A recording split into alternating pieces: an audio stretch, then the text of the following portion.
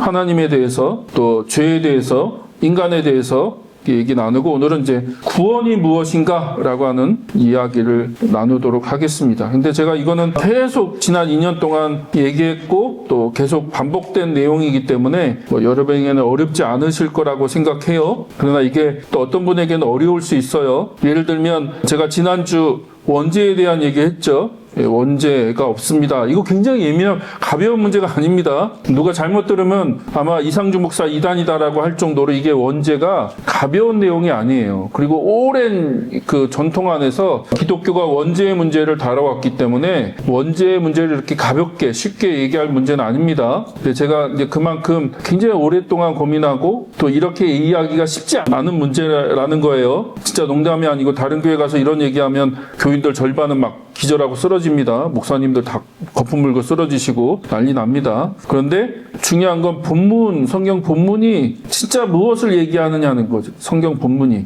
우리의 전통도 중요하지만 우리 교리도 중요하고 우리 전통도 중요하지만 지난주에 그래서 그런 얘기를 나눴지만 교리라고 하는 것, 전통이라고 하는 것은 우리가 살아가는 이 삶의 배경을 배제하고 교리만 얘기하면 굉장히 위험한 것이 되죠.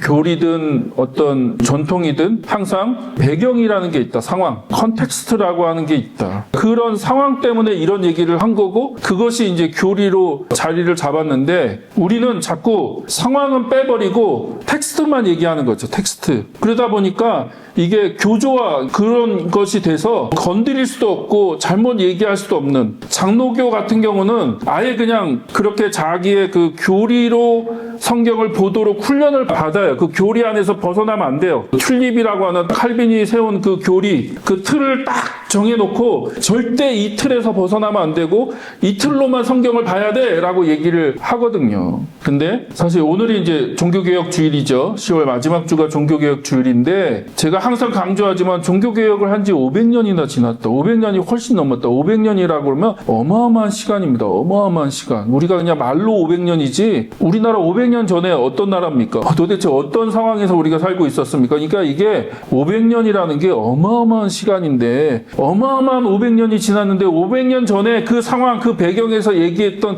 그 교리가 여전히 지금도 그냥 그거 절대 움직이면 안 돼. 절대 거기서 벗어나면 안 된다라고 얘기하면 지금 시대가 우리가 지금 살아가는 시대가 어떤 시대입니까? 그러니까 이 시대하고 안 맞는다는 거야. 시대적으로 안 맞는다. 그 시대는 유럽의 그 시대적인 배경이 있다. 그런 얘기를 할 수밖에 없는 배경, 상황, 여러 가지 컨텍스트가 있고 근데 우리는 지금 그 컨텍스트 안에 살고 있지 않잖아요. 무슨 말인지 이해되시죠? 그 배경에서 우리는 살아가지 않아요. 21세기라고 하는 이 우리 포스트 모던, 그것도 후기 포스트 모더니즘 시대에 살아가고 있는데 500년 전에 종교개혁자들이 세운 교리를 지금도 마치 그것이 절대 움직이면 안 되는 절대적인 교리로 얘기한다는 건 조금 오히려 그게 더 저는 위험한 얘기다. 절대적인 진리는 성경밖에 없다. 그리고 성경을 보는 관점은 인간이기 때문에 어쩔 수 없어요. 계속 바뀔 수밖에 없는 거예요. 500년 전에 사람들이 봤던 성경의 관점과